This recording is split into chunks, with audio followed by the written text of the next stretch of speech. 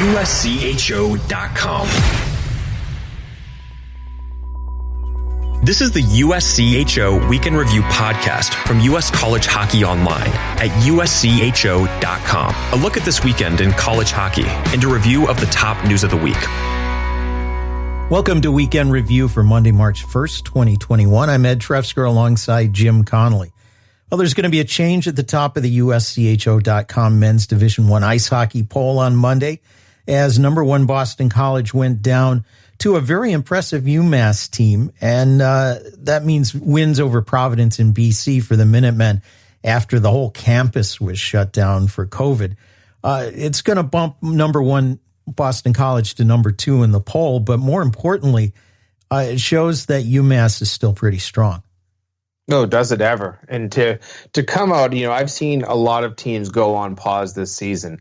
And when they come back, they usually look like they've got a lot of rust on their blades. But this UMass team somehow held things together. They get an 8-1 victory midweek against Providence on the road. Then they head to Boston College and play what arguably is probably the game of the year in Hockey East, fall behind 2-0. Have a quick response after that second BC goal. 5 seconds later, Bobby Trevino scores.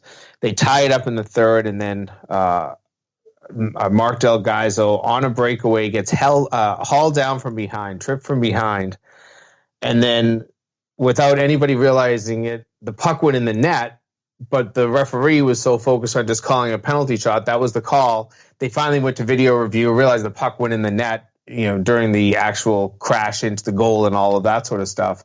They awarded the goal. Didn't have to worry about a penalty shot in overtime, but man, that would have been fun way to end that game as well. Regardless, great weekend for UMass. Small stumble for BC. I don't worry about that too much, but it certainly opens the door at the number one position. And that will be taken over by North Dakota. They've got 5 wins in a row. 4 of the 5 against Omaha. That is turning into a bit of a rivalry, but a decisive win on Saturday. And, how can you argue with the Fighting Hawks at number one?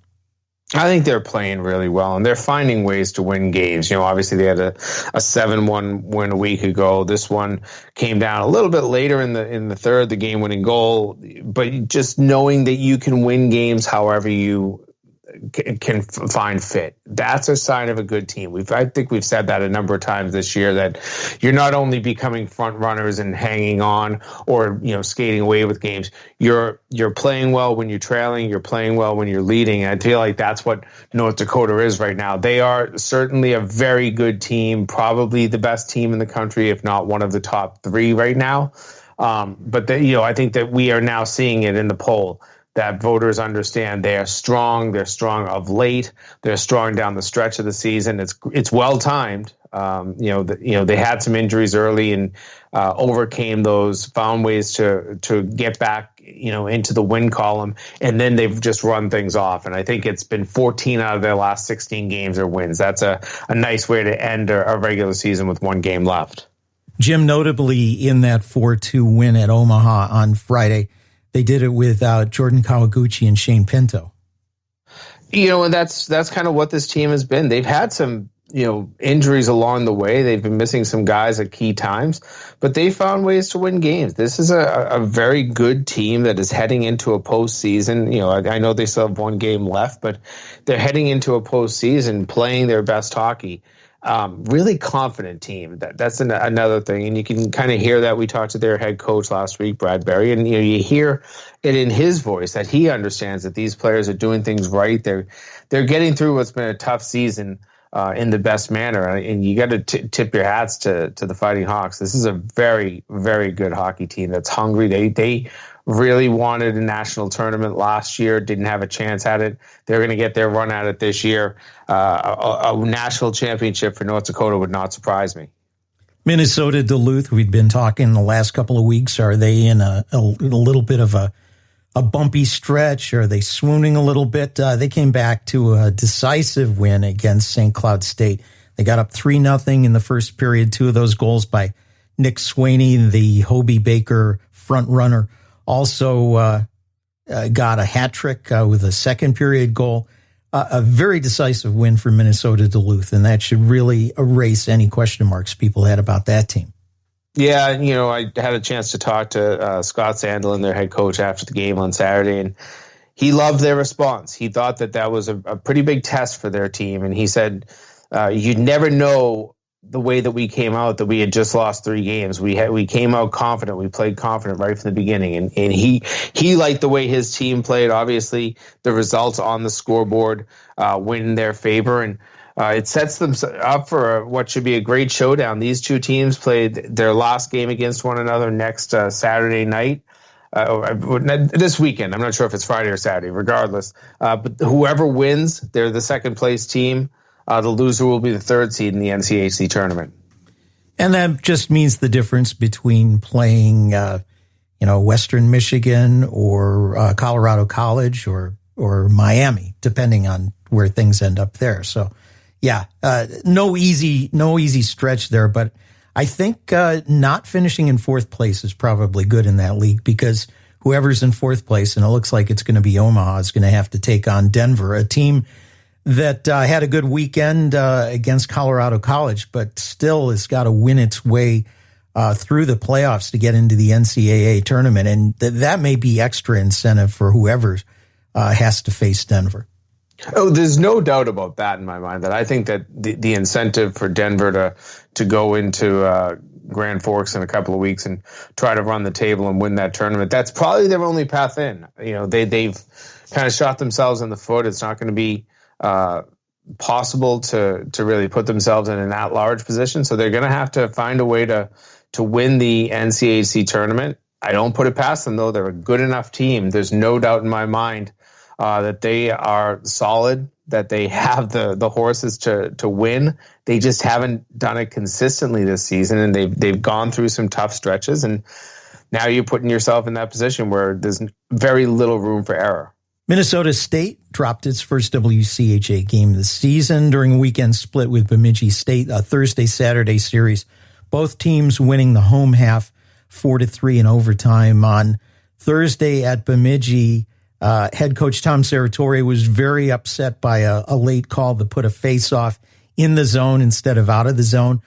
The referees probably were right, given the way the rule reads these days, but in either case, a real rivalry weekend. I don't think it's too much of a blemish for the Mavericks, and probably helps out the Beavers a little bit when we get into postseason discussions, NCAA discussions, which we're going to have ourselves a little later on in the podcast. But probably not a bad weekend for Minnesota State, and probably a good one for Bemidji. Yeah, I think that Bemidji picks up even more capital in kind of what they've done. And, I think they've had 10 wins this season. 5 of them are against the top 2 teams in the WCHA. That's a positive.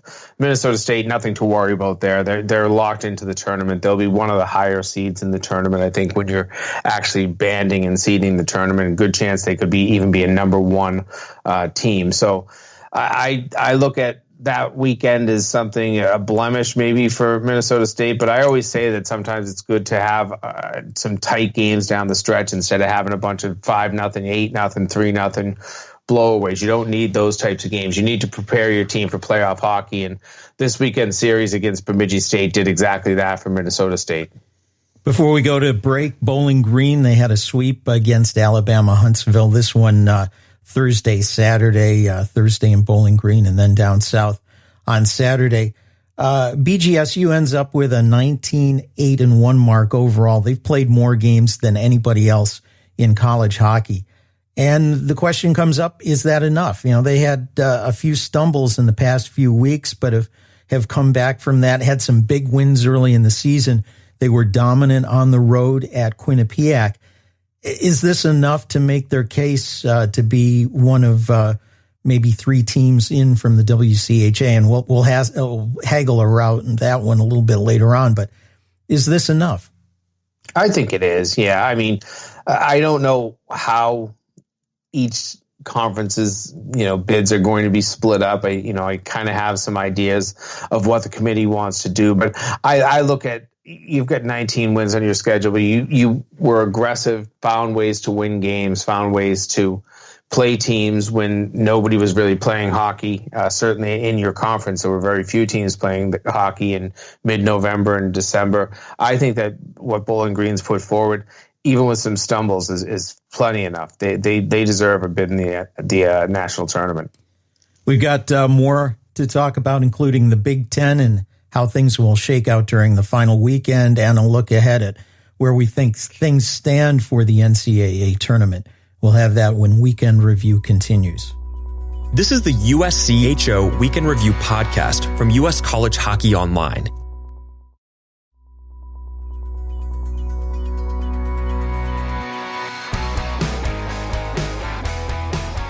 This is Weekend Review from USCHO.com. I'm Ed Trefzger alongside Jim Connelly. The Big Ten, it's all going to come down to the final weekend, and since there will be an uneven schedule because of a couple of pauses, Penn State and Michigan along the way, it's going to be based on percentage of points won. So coming up this weekend, you're going to have some big games to kind of settle out the rest of the season. What's that looking like right now? I think the top is where the biggest battle is, although there is a battle of 3, 4, and 5.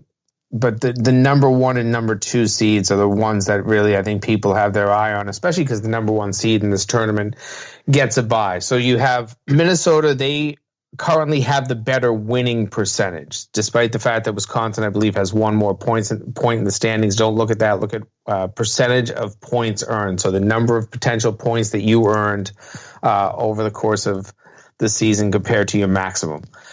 Minnesota will play Michigan this weekend. Wisconsin, they're going to travel to Michigan State. Wisconsin, if they take all 6 points this weekend, they will have a maximum 7.722 percentage of points earned.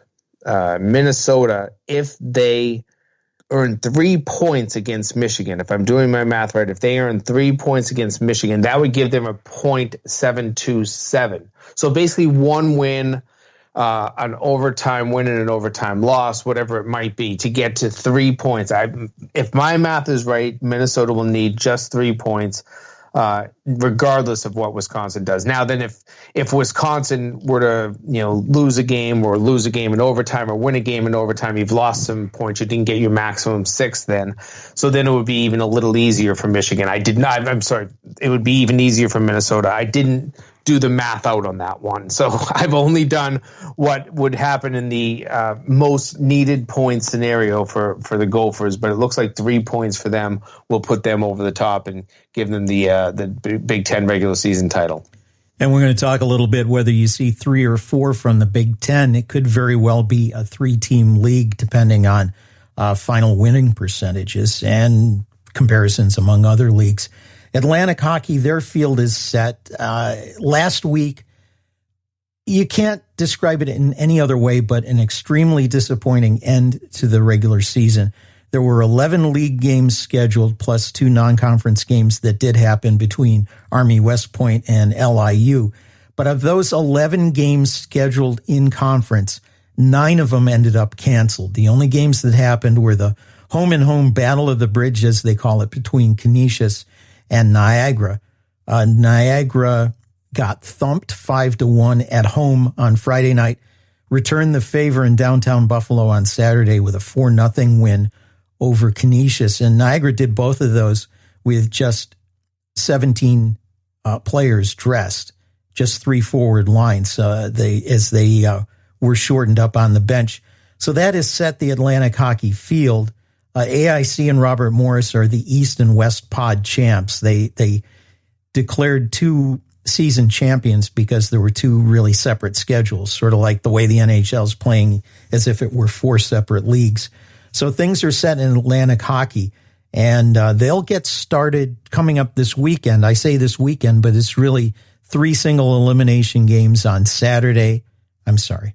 It's really 3 separate single elimination games starting Sunday, Monday, and Tuesday are the 3 games.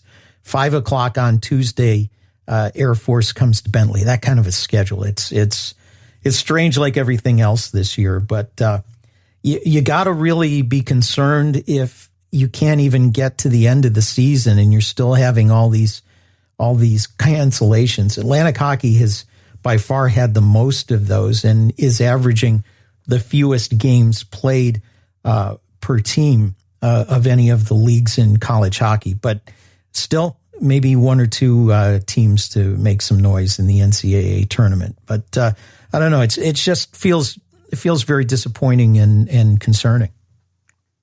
Yeah, I agree, Ed. And, now you're kind of in that threatened position of whether you can get the postseason champion even crowned. And if you don't, what does the committee do then? Do you kind of decide, both teams could get in? Do you have to pick one over the other? Who knows? It's going to be a very strange 2 weeks where these teams really have to be responsible.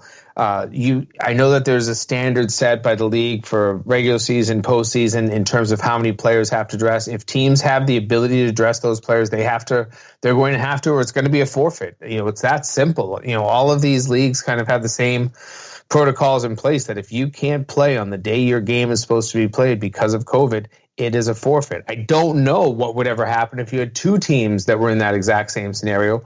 That's way beyond my pay grade. But it does feel like, of the 6 leagues and the way that COVID has been running through Atlantic hockey, particularly the second half of the season, that this is a league that their whole postseason tournament seems in peril. Well, now that we've got a look at all the different leagues, and we haven't mentioned the ECAC, we'll get into them as we talk about the NCAA tournament. That's where we want to go now, scenarios for the NCAAs. Jim, I think you and I are pretty much on the same page. Why don't we go through league by league? Last week we went in reverse alphabetical order. Let's do it the normal way and start with Atlantic hockey. Definitely get one team for the auto bid. You could get 2 teams. AIC probably is everybody's favorite in that. Some folks also mentioning Army West Point. They've got a terrific record, although they've got 3 of their wins against LIU, and they've played the eastern half of the league, which has been a little bit weaker this year. You might be able to make the case for Army West Point, but if AIC doesn't win the league, say they lose in the tournament championship, I think you find a way to put them in there. Yeah, I without a doubt, that is my mentality walking into this, that, AIC is in the tournament. If somebody else wins the tournament, when AIC's, let me start that all over again. Yeah, that's been my mentality. If AIC doesn't win the Atlantic hockey tournament, they are in the NCAA tournament. I don't care. They've had a great season. They have put forward and done exactly what they need to do. I have no problem making sure that they get in no matter what. I don't really have a good case for Army. I know that they had a nice finish to their season. You mentioned that 3 of their wins do come against Long Island University, which, that's a team that went 3-10 this year in their first year. You can't totally discount that. But when you look at the actual pairwise, you really have to find a way to make a case, and I can't make that case right now. I could make an easier case, I think, to find Robert Morris in. But even they're a bit of a stretch. It really is AIC and the possibility of getting a second team in from Atlantic only if AIC can't win the postseason Atlantic hockey tournament. I think you can only say that definitely about AIC if they get to the semifinal round in the league, because if they lose in the quarterfinals, that'll be 2 additional losses. That'll put them at 13-5, which is still pretty good, but that would be 2 losses, or maybe 14-5, but that would be 2 losses to Sacred Heart, Bentley, or Air Force. So that would hurt their case quite a bit. But in general, I'm with you. Probably 90% we see AIC and one other team, unless AIC is the tournament winner in Atlantic hockey. In Big Ten, I think it's going to be a tough battle to get 4 teams in for that league. And the reason for that is Notre Dame is hovering right around the 500 mark. If it's not Minnesota, Wisconsin, or Michigan winning the conference, then maybe you can get in 4. But otherwise, I think 3 is going to be it, unless Notre Dame can really go on a bit of a tear. They're the only ones really in reach with it. Penn State below 500. They're not going to be in that position unless they win the league. Well, Notre Dame, let's just look at Notre Dame. That's a good case here. They're going to finish up their season against Penn State. That would get them, if they were to win both games, that would get them to 14-12 overall, 14-12-2 overall. They would only have the potential for one more loss. That would be 14-13-2 overall if they were to get the sweep this week, or it could be 15-2, or it could be 16-12-2. So you see my point that if they get 2 wins this weekend, they're guaranteed to be above 500. That actually puts a pretty big spotlight on this weekend, how important it is. It's hard to gauge this league and how tough they are or are not, but you're going to have to find some other leagues to pull the bids that are being lost by the ECAC. The ECAC, we'll get into that next, but they probably don't get more than one bid. They lost 8 of their teams. So, you're talking, spots that would be taken up by maybe Harvard or Cornell. They've got to go elsewhere. And I think that, putting the 4th team in the Big Ten in, given how strong, you have a Minnesota's team that's been strong all year. Wisconsin's been, I think, 12-3-1 down the stretch. Michigan has been a very dangerous team. It's a very tough conference overall. So if you don't put Notre Dame in, then who else are we putting in? We'll get into that as we go through each league. But I look at Notre Dame. If they can pull off a couple of wins this weekend, they're probably giving themselves a good shot at being in the NCAA field. Well, I'll throw one at you the other way. If Penn State were to sweep this weekend, they'd be 2 games above 500. Notre Dame would be 2 games below 500 overall. Right now at Compton Family Ice Arena, the friendly confines, the home ice, Notre Dame is only 3-10-1 at home, 9-2-1 on the road. You almost think that they might rather be on the road to Hockey Valley this weekend. It's very true. They have not played well at home. They're going to have the conference tournament is there. It's not exactly a home ice advantage for Notre Dame when you look at their record. But then let's try to make a case for Penn State. So Penn State right now is the next team in the Big Ten in back of Notre Dame in the pairwise. So can Penn State with 2 wins this weekend jump ahead of Notre Dame? In concept, yes. And if that's the case and you're trying to find a way to pigeonhole a 4th Big Ten team in, then maybe it is Penn State. So maybe, despite the season that they've had, maybe the Nittany Lions' hopes aren't entirely shot here, sitting at 9-9-0 from an NCAA mark overall. So I guess this weekend's Notre Dame Penn State series, it might not mean something when all is said and done in the end. Who knows? But it feels like there could be some implications when you really look at what overall records and what the pairwise will say at the end of the Big Ten season. Yeah, and again, they're not going to be using the pairwise as is, but they're going to be using those components and using that head-to-head and common opponents and all that stuff as part of the equation. Yeah, this could be one of the biggest matchups for the postseason of any going on this weekend. So we'll keep a close eye on that. Let's go to the ECAC. 1 or 2 teams, probably only 2 teams if Quinnipiac doesn't win the conference tournament. Right now, Clarkson, a respectable 11-7-4 overall. They've had some losses outside of conference. Quinnipiac has been strong. St. Lawrence and Colgate are non-factors unless they win the league. I really don't see getting more than 1 team in from that league if Quinnipiac wins, but you never know. Clarkson is sort of on the edge of where you could be considered or not. Yeah, would you make a stronger case, say, for Clarkson than you would for Penn State or Notre Dame, if those were the 2 teams that are being considered at the end? And we'll get to the WCHA, and there's some teams there that we have to consider as well. But, Clarkson did get some games played out of conference, and that's something that you can give some credit for, and they did pretty well in those games. But inside the ECAC, you're looking at a Clarkson team that is basically 6-4-4. A lot of shootouts, a lot of overtime, wins and losses. But you're kind of looking at this as is a record like that. When that is such a huge portion of your schedule this year, is that barely above 500 record among those 4 teams in the ECAC enough? I'm not sure.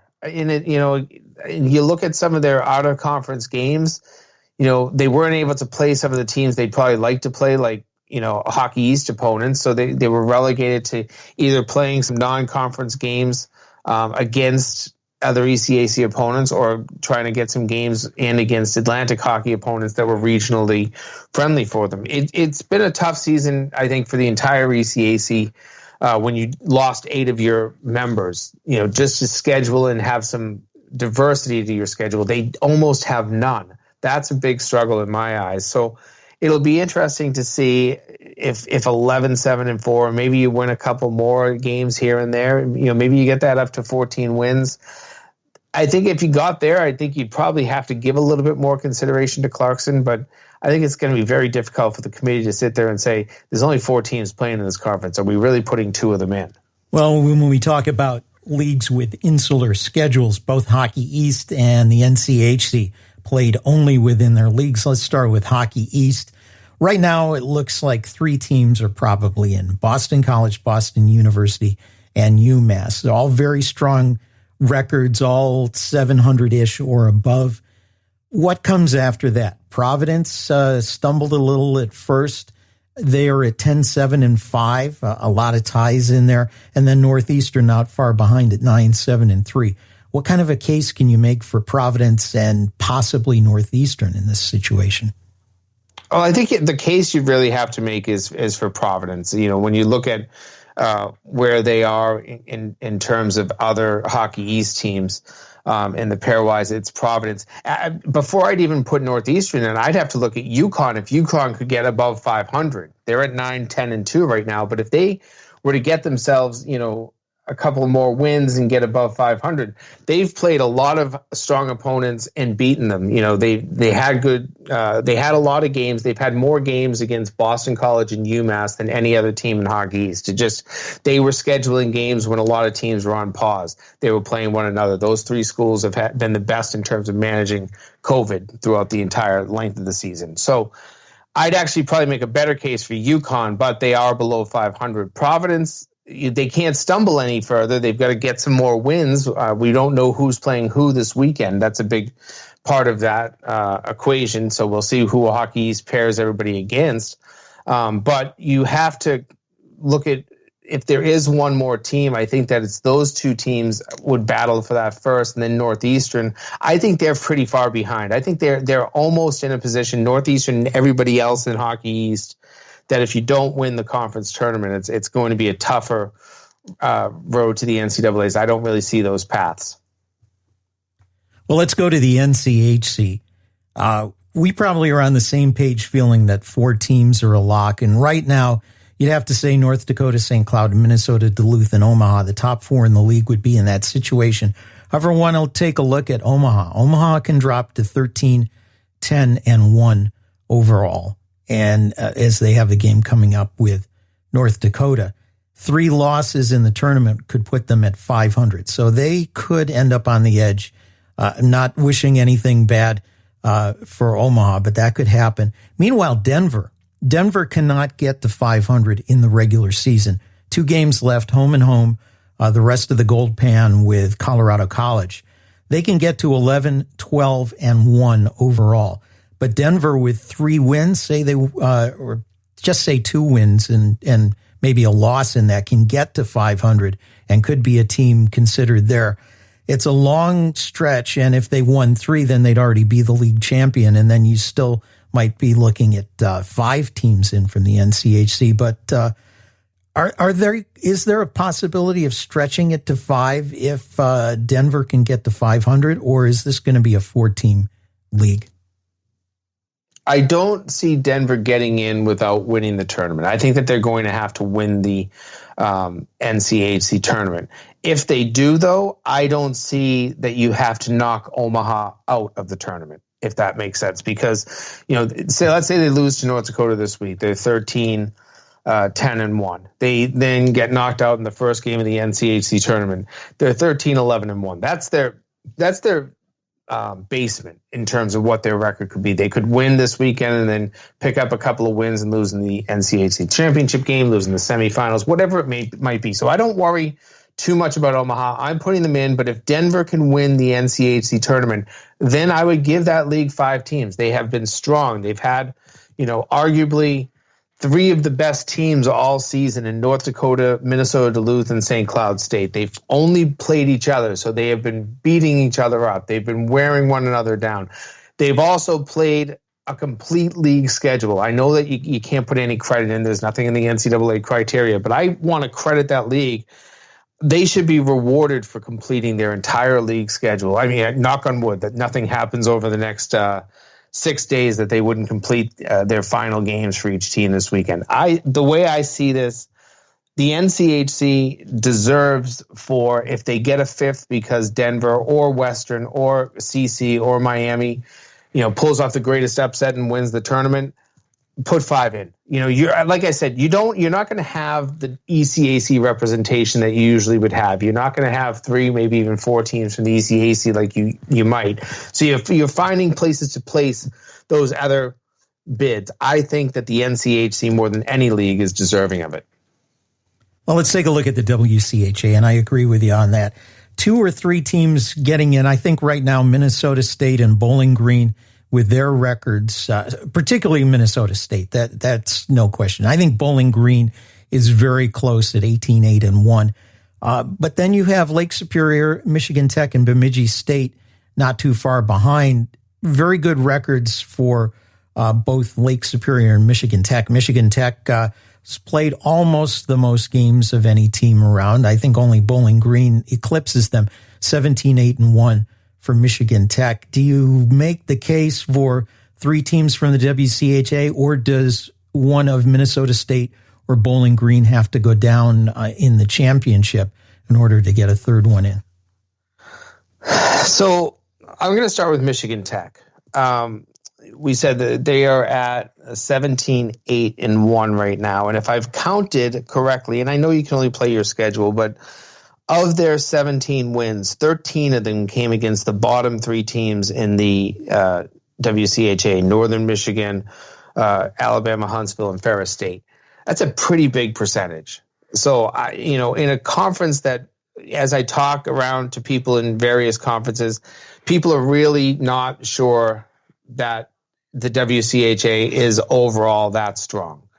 I'm going to put that aside, though. Let's go to Bemidji State at make sure I have the number right, 10-7-3. 5 of their wins came against the top 2 teams in the WCHA. So half of their wins overall came against either Minnesota State or Bowling Green.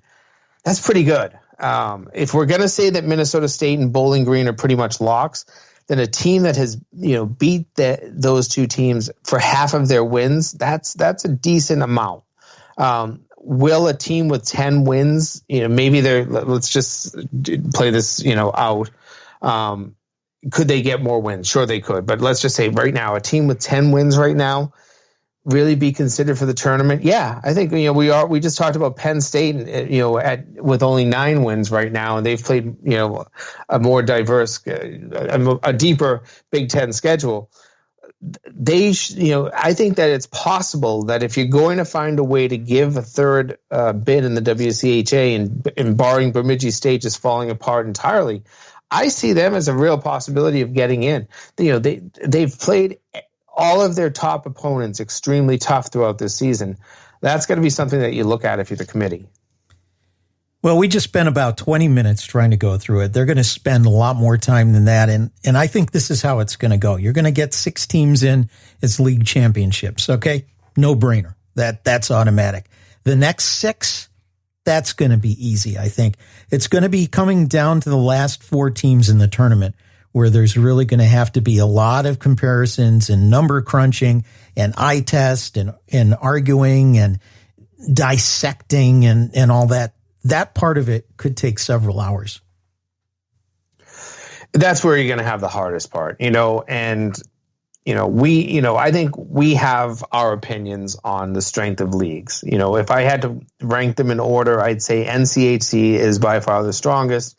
Hockey East and Big Ten, I put them on kind of the next wavelength. ECAC, it's been a strange year with only 4 teams, but you've got one of the better teams in the country in Quinnipiac. And then WCHA and Atlantic Hockey, I kind of put them on the same level. So I'd have a hard time ranking those leagues maybe if I didn't feel like I followed. And so I guess when you get into these East and West committees that they're going to be making up, I hope that the coaches in the East are paying attention to the West, and that the coaches in the West are paying attention to the East, because I think they've got to really have a measure. And it's hard to throw out bias, but you've almost got to throw out personal biases. That's going to be the biggest challenge, I think, that this committee will face. I agree. And with that, we've gone pretty long today, so we'll wrap it up right there. For Jim Connelly, I'm Ed Trefzger, and we'll catch you next time. This has been the USCHO Weekend Review Podcast, a production of U.S. College Hockey Online. Visit uscho.com/podcasts to listen or subscribe.